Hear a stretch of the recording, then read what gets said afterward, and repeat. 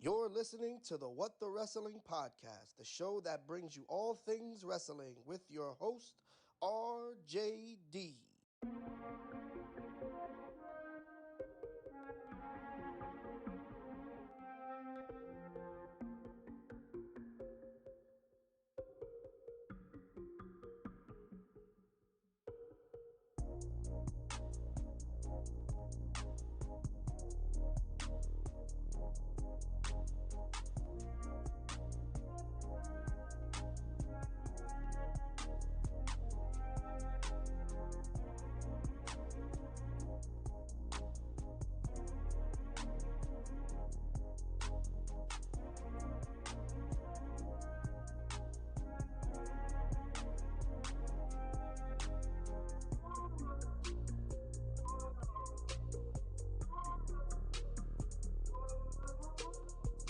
Perfect.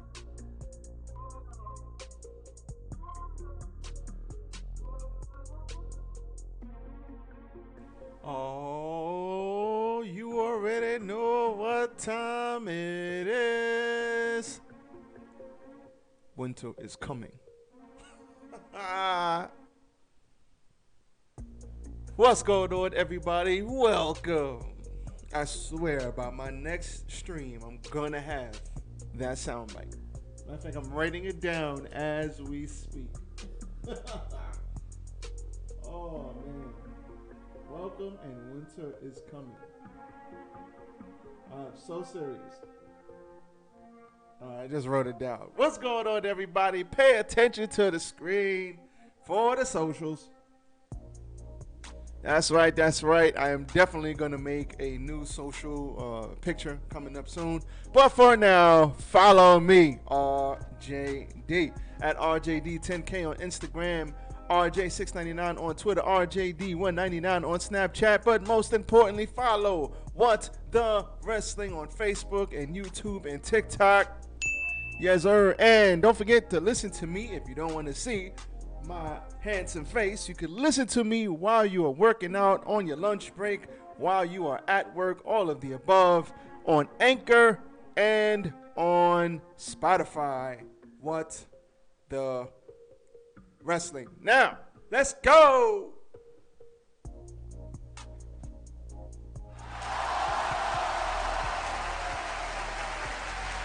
Yes, yes. What the hell's going on here? Yes, yes. 'Tis I, RJD. What's going on? Welcome to What the Wrestling. As the camera was blacked out. How did that happen? I don't know. You stupid. Hitting the button on myself already. I do not discriminate. If some dumb shit happens, I will hit the button on any and everybody, including myself. So, what's going on, everybody? Welcome to What the Wrestling. This is the podcast where we talk about all things wrestling. This is your AEW Dynamite. Winter is coming. Review, second annual Winter is coming. December 15th, 2021. Today is the 16th. Happy birthday to Uncle Charlie. And we are going to keep the ball rolling. Man, what a show. This was a show of two halves. Come on, man. You know we got to have a coffee break. The show of two halves. The first half. Perfect. Match of the year candidate Bryan Danielson versus Hangman Adam Page for the world AEW World Championship. AEW World Title, World Championship, AEW Championship, however you want to call it. The second half was everything else. So, with that being said, let's talk about why everybody's so mad, man. Everybody is so mad at the ending of this match. I'm going to talk about this match. I'm going to talk about some of the high spots. I'm going to talk about how it ended. Go back and watch it. It is literally an hour long. No cap. It's an hour long. But literally, it is a match of the year candidate. No bullshit. Stop the cap. In all seriousness, this was one hell of an opener. So, let's talk about this. So, this match ended in a draw. And I want to talk about Some of the things I liked, some of the things I didn't like. I'm gonna bounce around a little bit, so don't judge me. We'll get through it. What I liked. So let's start here. What I liked. I liked the fact that Hangman looked strong in his first defense. Bryan Danielson looked strong because he didn't lose. And I like the fact that it was like the tale of two matches. First half of the match, they started off slow. After Hangman took that nasty bump on his shoulder where he got pushed off the ring post, did a front flip onto the hardest part of the ring apron. And then, like the second half, then they built up to the second half of the match, which was near fall after label lock, after pop-up powerbomb, after dead eye on the apron, after tombstone kick out. There was a whole bunch of other shit that happened. That was like the second half of the match. But the first half of the match built up to a specific point. Then in the middle was, I'm going to work on body parts and we're going to have a yeah boo chop fest. And then the last quarter of the match was, I'm going to kick out of this, reverse this, kick out of that, reverse that, tombstone kick out, dead eye kick out, all of this, kick out. So the match was structured phenomenally. And the fact that this match went an hour and it didn't feel like it went an hour, that's a testament to both these guys. But the only other time of recent memory that I could think about this was Omega versus Danielson when they fought for 30 minutes, and it didn't feel like 30 minutes. Bryan Danielson, this guy might be Wrestler of the Year. I mean, between him and Eddie, him and Miro, him and Omega, him and Danielson, him and all of the Dark Order, this guy's putting on fantastic fucking matches every goddamn time he wrestles. It doesn't matter if it's against Evil Uno or John Silver or Omega or Hangman. Bryan Danielson is a fucking beast. He's a beast out here. Matter of fact, Don DeMarco to this guy. I'm gonna get to Hangman. Don't worry. Don't relax. Tranquilo, everybody. I'm gonna get to Hangman. But Bryan Danielson, let's talk about him for a minute before I go back to the match. Bryan Danielson signed a 3-year deal, if I'm not mistaken. And he literally said, go back and look at the AEW press conference. He said, I know I'm good. I just want to see how good is everybody else. Like, humble flex. He was like, I already know I'm good. But now I want to see how good is everybody else. And I want to kick everybody else. I want to kick their fucking face in. And he meant that shit. He was not lying. He was dead serious about that. Bryan Danielson is putting this run that he's on. I mean, he's had good matches in the WWE system. He's had good matches outside of the WWE system. He's had good matches in his Ring of Honor days in that system. He can do no wrong. It doesn't matter who he gets in the ring with. If you let him go out there and do him, he's going to put on a good to great to phenomenal match with everybody. And that's how good he is. I would be shocked. Listen, there's still another week or two left in this year. He might end up being Wrestler of the Year. I mean, think about it. The fucking guy was in WrestleMania. He was in the WrestleMania main event. Think about that. He was in the WrestleMania main event in April. Left for a couple of months, came back. And since, when was the damn Grand Slam show? October? September? Since that time, whenever that show was, I forget. Since he debuted, he's been on a tear, putting on great match after great match after great match after great match. I am appreciating this man so much outside of WWE. I mean, I liked him inside of WWE, but outside of WWE, this run might end up being better than that Daniel Bryan run when he won the belt, the title. It's just incredible. It's fucking incredible. Now, let's go to Hangman. Hangman. I know he's wanted to wrestle more. He hasn't really been featured on TV. That needs to change, first and foremost. Your champion needs his ass on TV. Listen, he don't gotta wrestle. He don't gotta wrestle every week. But his ass needs to be on TV more. That's for sure. He needs to be on TV, cutting promos, talking shit, humble bragging, whatever. He needs to be interacting with everybody else, his next challenger, whatever.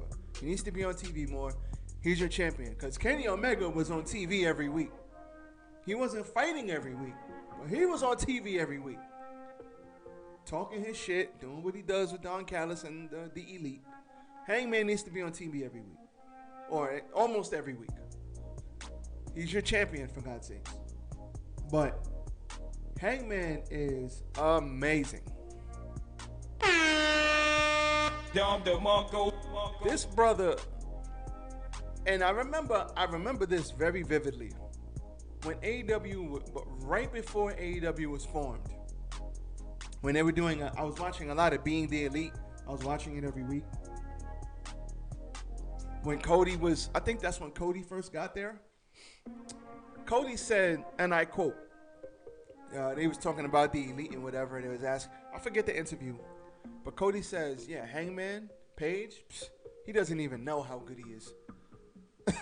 Like, he was like, that kid doesn't even know how good he is. I think he was like 24, 25 at the time, whatever. It was right before AEW was formed. And I always remembered Cody saying that. Because, you know, Cody's an excellent storyteller, excellent professional wrestler. He knows how to tell a story in the ring. Like, that's like one of his strongest suits. He can get somebody else over. But this brother is on point. Now, I don't know if he's going to go on a year-long title reign like Omega did, but Omega gave him a lot, and he's going to run with it, and he goddamn fucking earned it, and he deserves it. Sorry, Hangman, you deserve it too. You didn't just earn it, you do deserve it. Because he, like, think about it. Think about where he came from. I was there in HOG when he showed up, when he started the cowboy shit. He was doing, that was the first time I heard him say that. I was there in the building live in Brooklyn. And he was like, sometimes you just gotta do some cowboy shit. And then they just started running with it. Everybody was like, cowboy shit, cowboy shit. He loses to Jericho, has this 2-year-long storyline, goes on a bender, starts drinking. You know, he starts drinking alcohol. Now we all start to love him because he's like, hold my drink. Then he starts kicking everybody's ass because he's, you know, he's the drunk cowboy. Now we love Hangman. And in the ring, he's awesome. He's gotten progressively better. And sky is the limit for Hangman. This was a fantastic match. Now, let's get to why the hell is everybody so angry about the finish? Let's talk about how it ended. I will always give AEW the benefit of the doubt. I will. I have to. I'm going to give them the benefit of the doubt. This is going to be a part of a longer story. It has to. You know why? Because AEW never lets me down. I used to say that about NXT. Y'all know. If y'all go back and listen to any of my videos, y'all know. NXT used to never let me down. We're talking about the black and gold. Triple H's NXT. That's what we're talking about. So, not this NXT 2.0. Nope, not that. Nope. Not that. And AEW never lets me down. So I am going to choose to believe that this is going to be a part of a much bigger story that is going to be told over the course of the next 2, 3, 4, 6, 8 months. And we're going to look back on this and we're going to say, oh, that's why Bryan draw. That's why Bryan and Hangman had a draw. We're going to look back and say that. Trust me. Daniel Bryan is being treated like a superstar. They don't want him to lose for a reason. So when he finally does lose, because you know you got to run this back. And you have to run this back because it was a draw. When Hangman finally beats him, it's going to mean that much more. everybody's angry about the finish. I'm not going to lie to you. Nope. When I saw the finish of this match, I didn't like it. Not going to lie.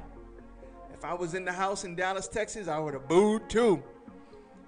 When he said 1 minute remaining and he was about to hit the buckshot, I still thought he's going to beat him with like 2 seconds left. I still thought that. But he hit the buckshot. Bell rang immediately. I was like, oh, fuck that. I was tight.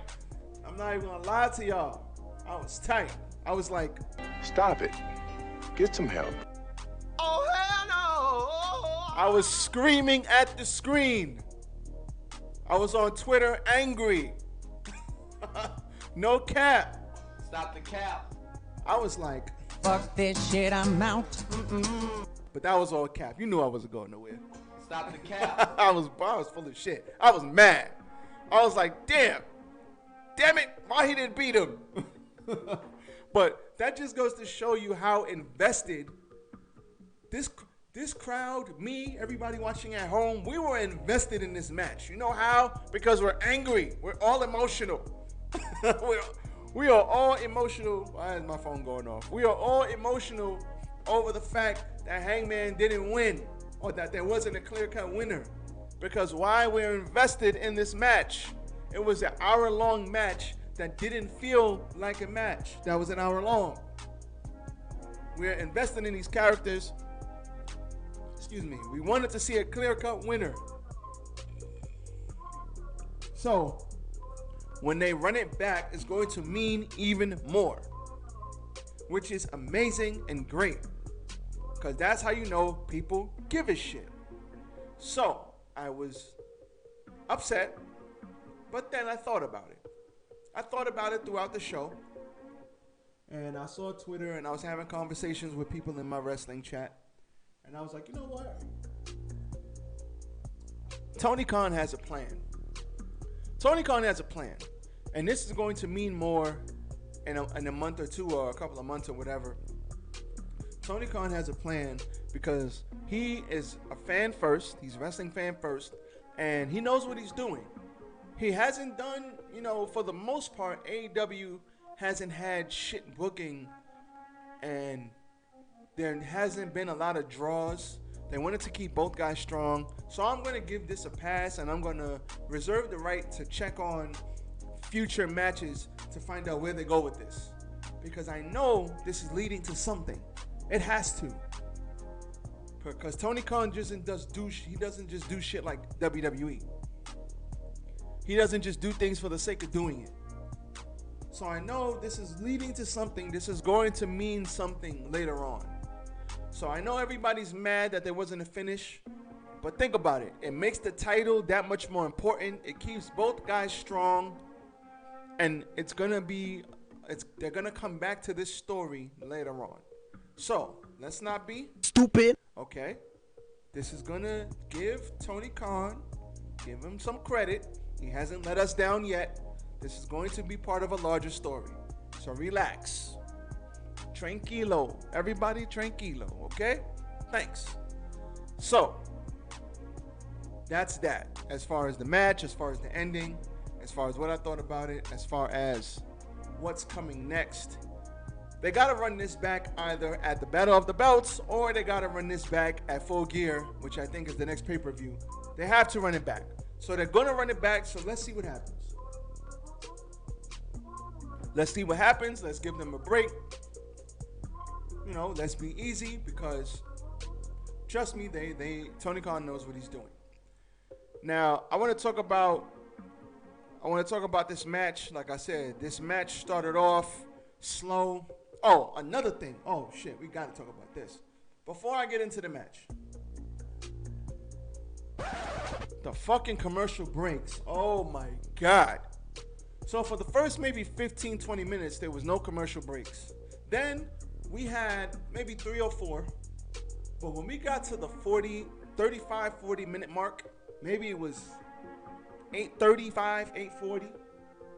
Those last 2 or 3 commercial breaks, I was like, come on, man. I was like, come on, man. Stop it. Get some help. It was annoying. It became increasingly annoying. Like, why? Like, come on with the fucking commercial breaks already. This is annoying as fuck. So, I understand they gotta pay the bills, and I understand this is why you don't do matches like this often on TV, because you have to pay the bills, you have to have commercial breaks, and the commercial breaks for us, the viewer at home, takes us away from the match, because it took me out of the match a few times. The last 2 or 3 commercial breaks took me out of the match. It was annoying, very annoying, but you gotta pay the bills. So you're not gonna do a match like this all the time. You're not. So, with that being said, this match started off slow. The first big bump that I saw was, like I said, on Page. Got pushed off by Danielson, hitting a nasty. He got pushed off the top rope with a nasty bump on his shoulder. Then Daniel Bryan took control of that. Hit him with a flying knee, draped over the apron onto his shoulder. Did the whole pull his shoulder into the ring post. So that was the part of the match where things started to kind of turn up a little bit. There was a German suplex, cattle mutilation. Page fought out of it, rope break.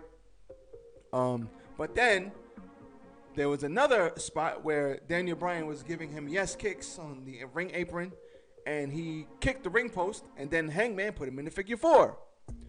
So he put him in the figure 4, started attacking the leg. Then he hit a tombstone power driver. Then shit started to get real.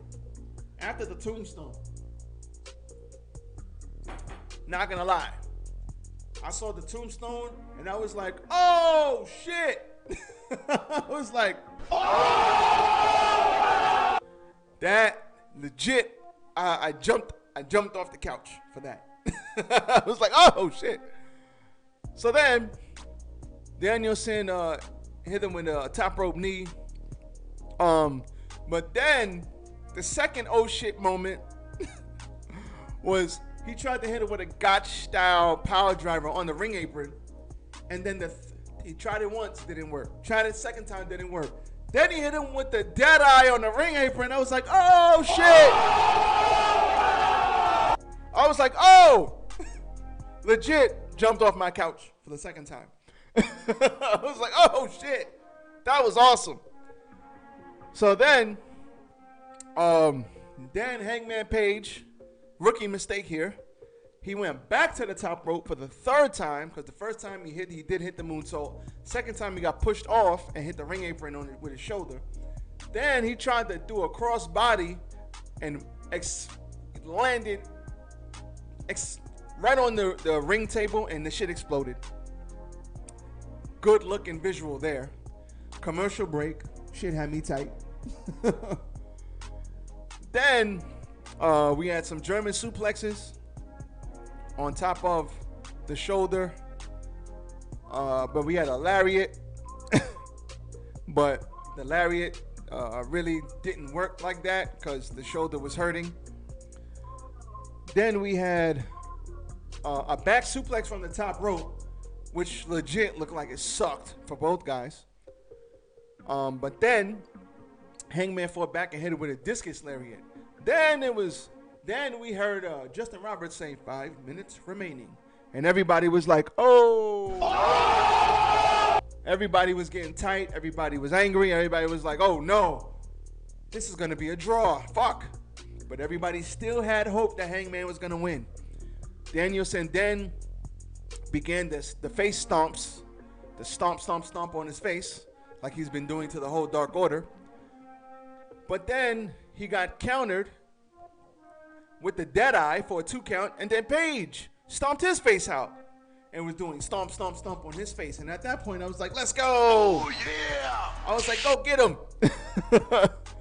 So then Hangman tried for the buckshot lariat, reversed by Danielson into the label lock.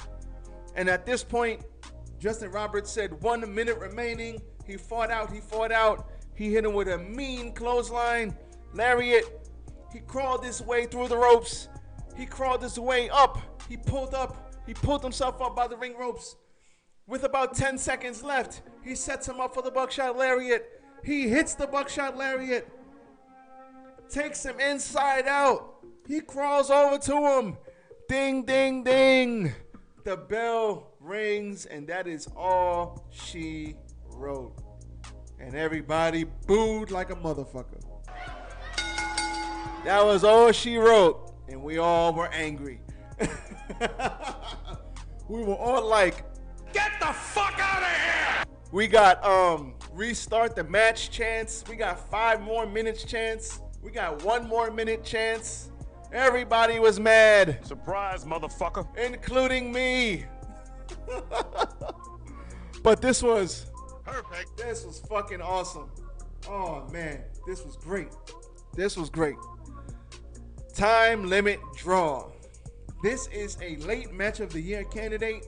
I mean, this had me emotionally invested, like Walter and Dragunov, like Omega and Danielson, like Danielson and Hangman, like Danielson, Edge, and Roman. This had me invested, fully invested. This was fucking fantastic. I will not say anything negative. All I would say.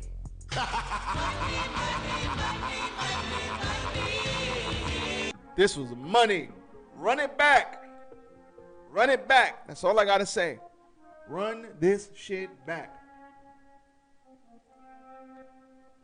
Man, AEW continuously reminds me why I love pro wrestling. God damn it. I love these guys. Love AEW. So that was all she wrote.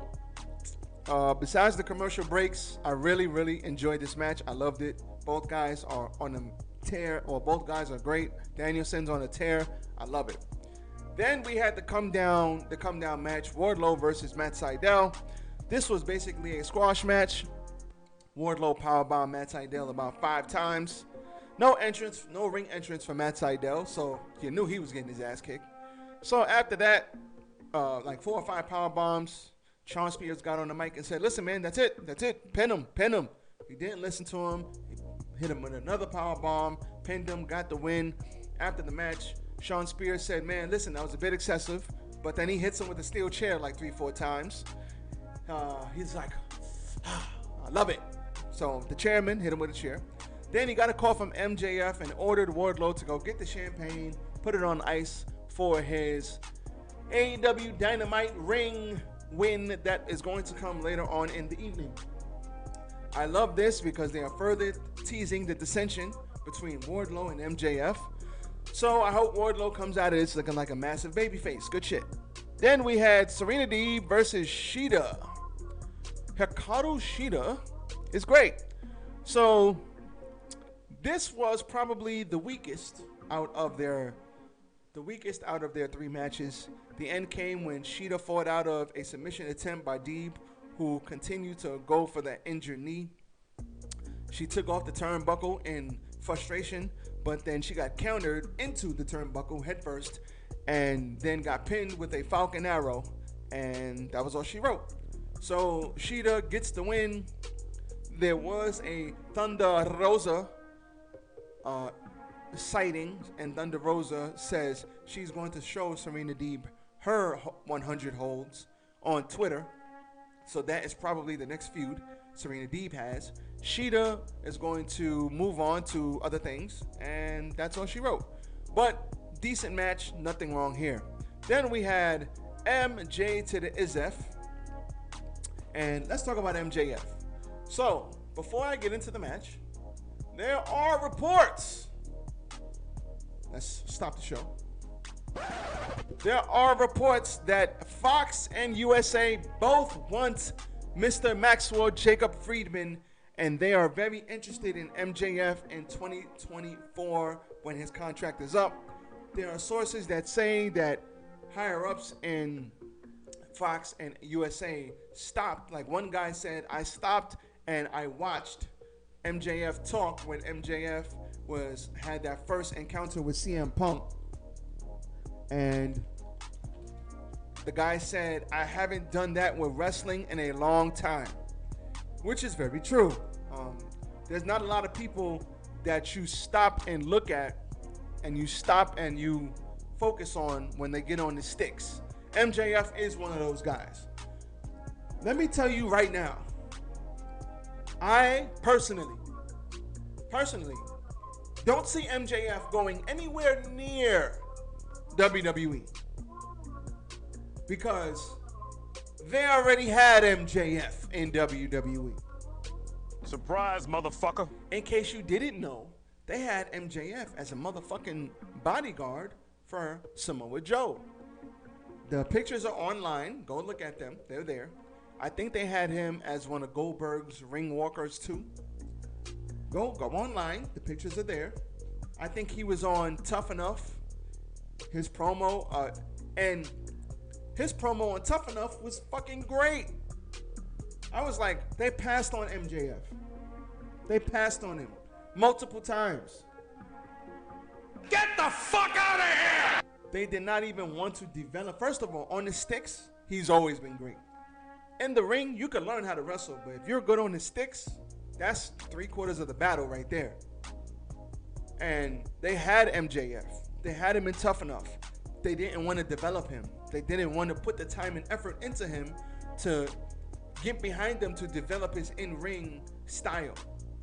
He already was good on the sticks. Go Google his Tough Enough promo to Triple H. He's like, hey, Trips, can I call you Trips? Yes. So listen, you know what I'm saying? He was already good on the sticks. Back then, I don't know how many years ago that was. Doesn't matter. You had this guy in your system already, and you didn't see no fucking value in him.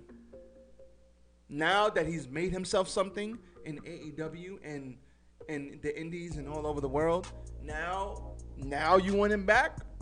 When you already had him, you could have developed him.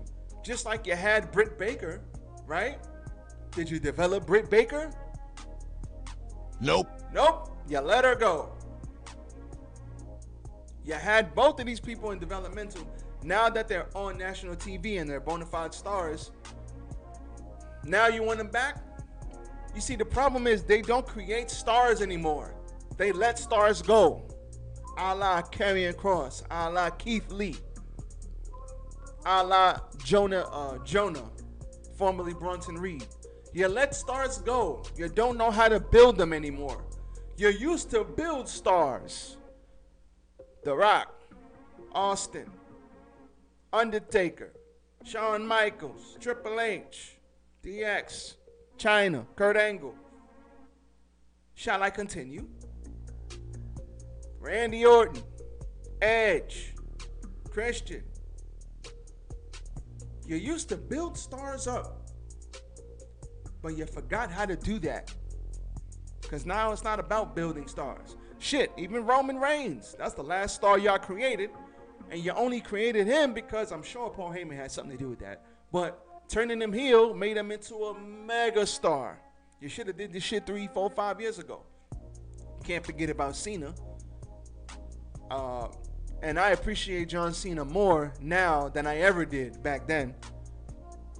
Like, I really appreciate how good John Cena really is, because he is really good. Don't let anybody tell you different.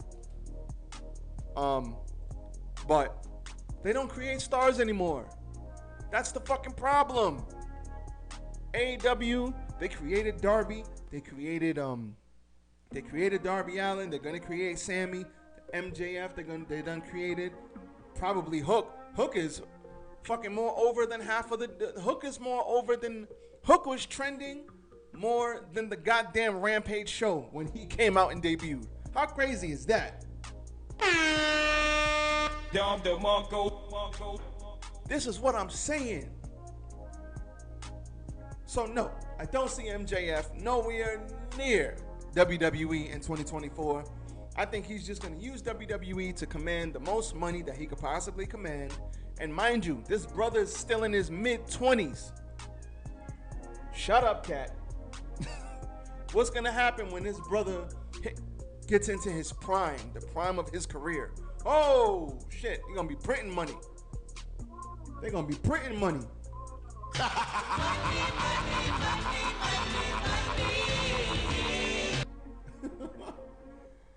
Oh, man, MJF ain't going nowhere. And I don't see it. I mean, some people do. I don't see it. So, let us go. Dante Martin, MJF, Dynamite Diamond Ring Tournament Finals. So, we had the end. Excuse me. This was a nice, solid match. MJF tried to stay grounded. Dante Martin doing all his high-flying spots. He did do, I think it was a shooting star or a front flip, and he landed right on MJF's throat with his knee. That kind of sucked. Then he did do a springboard. I think it was like a springboard shooting star press, and he landed to the outside, and he landed right on his chin. Like, oh, shit. Dante is smooth as hell, but damn, bro. I hope he's okay. Hope MJF is okay. Looks like he landed kind of nasty too, but looks like all is well. So the end came when Dante Martin tried to quicken the pace. He hit his springboard moonsault off the double springboard moonsault, but Ricky Starks came down and put MJF's foot on the ropes.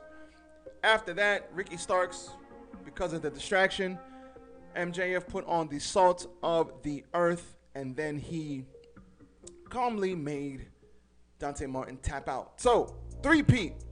My man has three-peated as a Dynamite Diamond Ring champion. He also has a shirt that is that says three-peat. Dope shirt on Pro Wrestling Tees. Go get that right now. That's awesome. We then had FTR and everybody come down and celebrate. Then the lights went off. And here is my only problem with this show today. Surprise, motherfucker. The lights went off for about 30 seconds. It seemed like 30 seconds. When they cut back on, we saw Sting and Darby Allin. Oh, hell no. Not gonna lie to you, when I saw FTR come down to the ring, I said, oh, the Briscoes are about to debut. Let's go. But instead, we got Sting and Darby Allin. They fought the heels off, but then the heels started coming back. CM Punk's music hit. He came down with Sting's baseball bat and left the babyface and helped the babyfaces stand tall. And then that is how Dynamite went off the air. Now, we didn't get Briscoes. We didn't get Johnny Wrestling. We didn't get Kyle O'Reilly. We didn't get Wyndham Rotunda. We got no surprises on this show, which shocked me because I really thought we were going to get surprises. But you know why? It's because this was all my fault. Yep, this was all my fault. Are you dumb, stupid, or dumb? Huh? This is all my fault because nobody said there were going to be surprises. Nobody said any of those people were going to debut.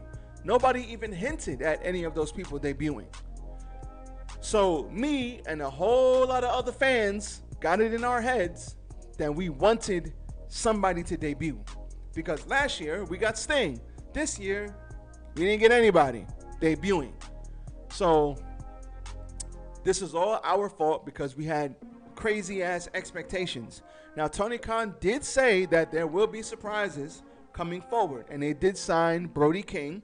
Malachi Black had a video package here, and he alluded to Brody King signing with AEW, which is great. We did get a Hook video package too. Shout out to Hook. That's awesome. But that's our fault. That's the fans' fault because we jumped the gun and we had high expectations about this show when they never said that we were going to get anybody. You see, when CM Punk debuted, Darby Allin dropped the best of the world. When CM Punk debuted, Tony Khan got in Chicago a 22,000 seat venue. They pretty much told us without telling us he was going to debut. So we knew he was going to debut. Here, we didn't get nothing. Nobody said anything. So that's our fault. You know what I'm saying? So as fans, that's our fault. So we need to be mad at ourselves because we jumped the gun. So we did have a, I got to talk about this too. Shots fired! Shots fired! MJF said CM Punk last week, he had low-hanging fruit, and all he did was talk about how much the local sports team sucked. But unfortunately, MJF said, listen, you beating a bunch of underwhelming opponents and then expecting a championship title contendership, it doesn't make you great. It just makes you the new Ryback. Woo!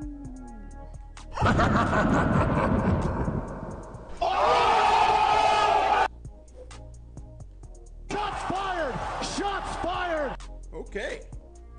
Say it with your chest, MJF. Say it with your chest. He also, him name dropping Ryback. You know, Ryback is gonna go make a video real quick, trying to listen. CM Punk or MJF says your name and you're instantly elevated, instantly. So shout out to them for having the star power. So he even said, Dallas, Texas, shut your hillbilly asses up. He said, your daughter, he said, Dallas, I think he said, Dallas, Texas, your daughter swallows. Now, let me ask you a question. You think he's going to be able to say that shit on WWE? Hell no. Stupid. Don't be stupid. He ain't. If MJF goes to WWE, they're going to put a muzzle on him faster than, the guy kicks you out of the airplane if you're skydiving. He said, listen, you got 10 seconds and I'm kicking your ass out the plane. So you jumping out of this plane whether you like it or not. MJF is going to get there and they're going to tell him, listen, you got 10 seconds before we put a muzzle on you and we're going to script your promos because we will not allow you to say what you want to say. Shit. Where was the lie? Where was the lie? Stupid. So, yes, that's not happening. MJF is not going to WWE. But that was how Dynamite went off the air. Dynamite was great tonight. Great show. The opening match is well worth watching everything else on this show. Can't wait for the Battle of the Belts. Can't wait for the next pay-per-view. Can't wait for next week. It's a Christmas show. We did have, before I go, Adam Cole. Baby. He definitely did say that he has a present for the Young Bucks next week. And he has a box. What's in the box? For all my moviegoers, if you've seen Seven, old school movie, you know what I'm talking about. So he said, I got a box. I got a present for you next week. You know, it's Christmas. I got a present for you. You know what that present is? We hope it's Kyle O'Reilly. Undisputed Elite, baby. Let's go. So we will see what the present is next week. I'm looking forward to it. Listen, everybody. Dynamite was great. I loved it. I hope everybody goes back and watches. I watched that opening match twice. And I'm like, yep, opening match was awesome. Definitely was. Everybody go back and watch that. It's fucking great. That's all I got for you guys today. I'm out of here. You guys be safe. Catch me in my review of NXT. I will be putting it up tomorrow. I know I didn't put up a review, but I will be putting up a short review on NXT tomorrow. With that being said, I'm out of here. Enjoy. Peace.